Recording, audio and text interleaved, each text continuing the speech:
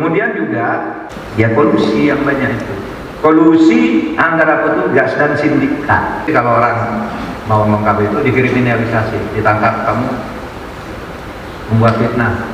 Kasus pelaporannya sendiri tidak jalan, dia sendiri lalu dianggap itu fitnah, membuat orang lain takut melapor. Itu kolusi.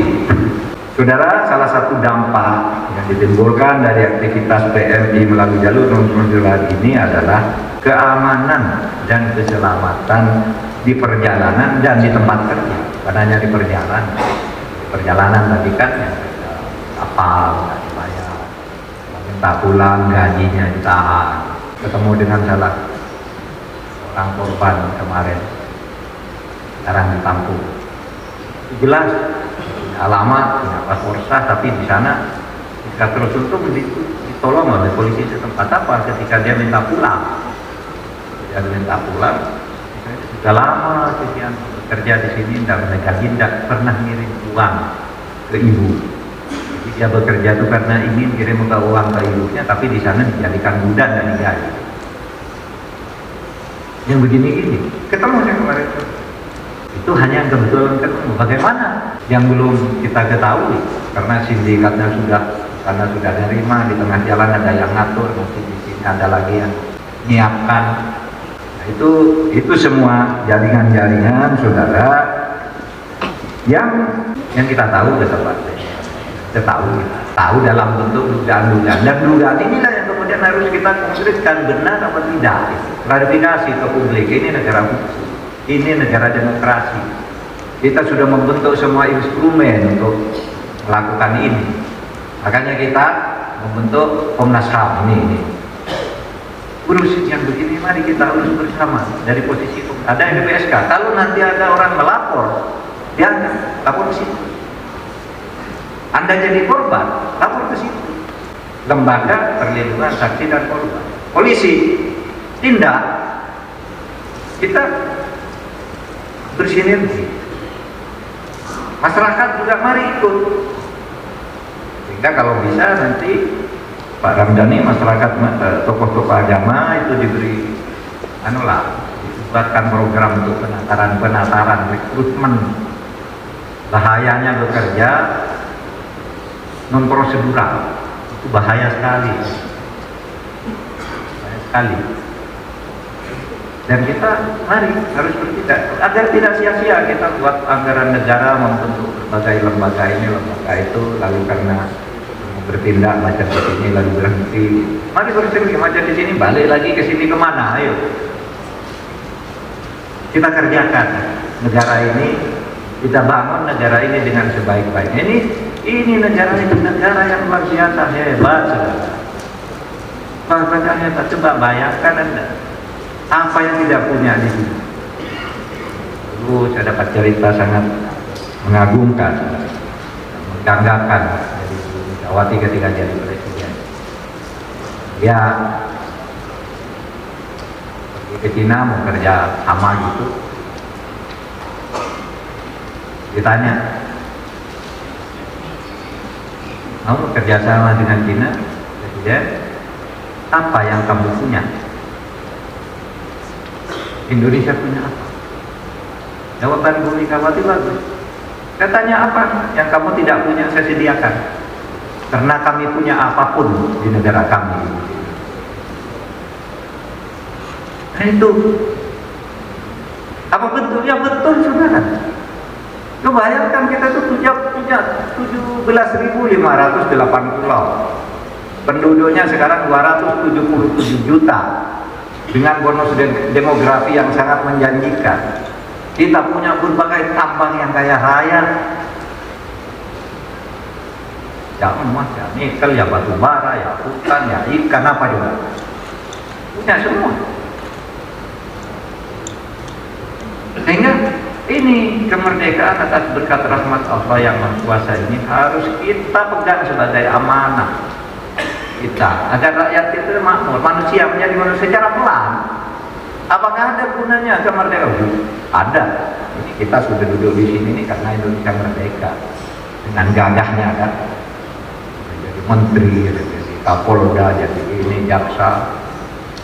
Bisa seminar di hotel, coba kalau Indonesia tidak merdeka, nggak ada, nggak bisa seperti itu. Kita sudah punya profesor, berbagai ahli, politisi, sudah kita punya sendiri, tidak dijajah oleh orang lain. Nah, ini gunanya kemerdekaan. Sekarang manfaatkan sumber daya alam, sumber daya manusia yang kita miliki ini untuk kemakmuran rakyat, untuk keselamatan rakyat. Oleh karena itu, kegiatan ini menjadi sangat penting dilaksanakan dalam rangka koordinasi, sinkronisasi, dan pengendalian agar tadi seluruh elemen itu bersinergi lah.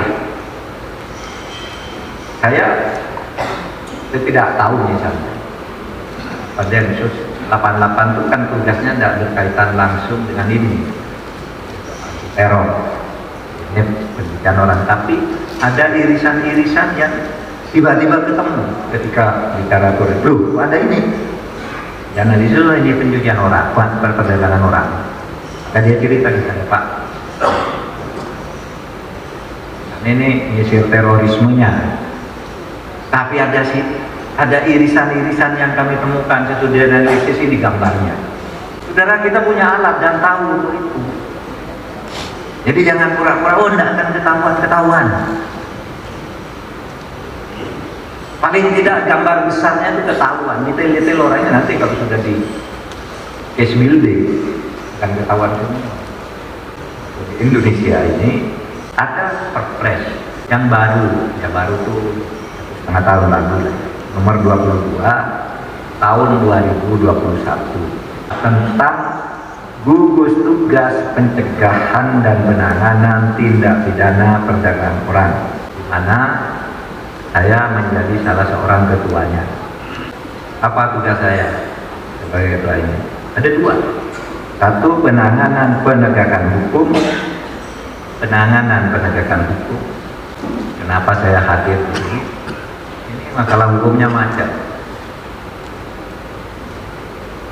Dan ingin saya umumkan bahwa kita tahu. Dan masalah pengembangan norma hukum, mungkin diperlukan norma-norma baru. Dari diskusi ini nanti, Pak ini kalau ada ini Pak perlu aturan ini, lapornya ke saya. Pengembangan norma hukum. Kalau penegakannya nanti kita rapat di Jakarta lintas. Jakarta itu kompak kok kalau yang begini-begini. Pak, gini, kita case building, ayo bangun kasus, konstruksikan ini dari mana dan bagaimana, apa hukumannya, apa sanksinya, kita buat nanti. Sepanjang tahun 2022 yang lalu, Kemenko Polhukam telah melakukan koordinasi, evaluasi, dan monitoring di dalam penegakan hukum dan pengembangan norma hukum yang dilakukan oleh kementerian lembaga. Ya. Hasilnya masih terdapat beberapa permasalahan yang harus dapat segera ditangani. Yaitu pertama, belum meratanya pemahaman dan persepsi aparat penegak hukum dalam mengidentifikasi dan menindaklanjuti kasus-kasus. Kesan kita nih pada nggak ngerti. Mungkin ada yang ngerti lalu dimainin tadi. Pakai pasal ini, pakai pasal ini, pakai aturan ini, pakai aturan itu. Gampang saudara, kalau saudara ada penjahat gitu, mau kita lindungi gitu, oh enggak, ini pakai aturan ini aja bebas. Tapi ada orang tidak jahat, pakai aja dengan aturan ini, kena gitu. Sehingga saya katakan hukum itu hati nurani sebenarnya, bukan hanya norma-norma begitu moral. Oleh sebab itu saya sering katakan, saudara tunduk kepada hukum di negara kesatuan Republik Indonesia berdasar Pancasila, maka yang harus ditaati itu satu, norma hukumnya, aturan-aturannya. Yang kedua, moralitasnya, karena Pancasila itu juga mengajarkan moralitas, bukan hanya norma. Kalau norma itu orang tidak bermoral bisa dibolak-balik. Itu sebenarnya saya katakan Pancasila sebagai dasar negara, dasar negara itu ada nilai-nilai moral dan filsafat moralnya sudah diturunkan menjadi aturan-aturan, tapi ada yang belum, karena banyak sekali. Maka norma di dalam masyarakat itu kan ada tiga: agama, norma kesusilaan, norma kesopanan, baru norma hukum itu hanya bagian kecil dari moralitas. Kadang-kadang orang main di norma hukum itu untuk tanpa memperhatikan norma agama, kesopanan, kesusilaan, moralitas, karena hanya takut pada sanksi heteronomnya. Sementara sanksi heteronomnya, sanksi yang muncul dari kesadaran moral bahwa ini jahat, jelek, berdosa, ada balasannya, itu tidak diatur. Nah itu persoalannya. Takut itu lambang martabat kita, lambang kehormatan kita, yang memuat dua pesan sekurang-kurangnya. Mirah itu artinya berani, tegas. Putih itu artinya tulus. Orang yang tidak tulus berani itu nikah. Orang yang tulus tapi tidak berani tidak berbuat apa-apa. Kita buat lambang merah. Ini lambang merah putih sekarang ini. Lihat dari berbagai itu. Terima kasih sudah meluangkan waktu pada kegiatan ini, terkhusus kepada Kepala MP BP 2MI dalam perang semesta melawan sindikat penempatan ilegal pekerja Indonesia ini dapat berjalan dengan lancar, bermanfaat bagi kita semua. Dengan izin Allah Subhanahu wa taala, diskusi publik ini dibuka dengan resmi.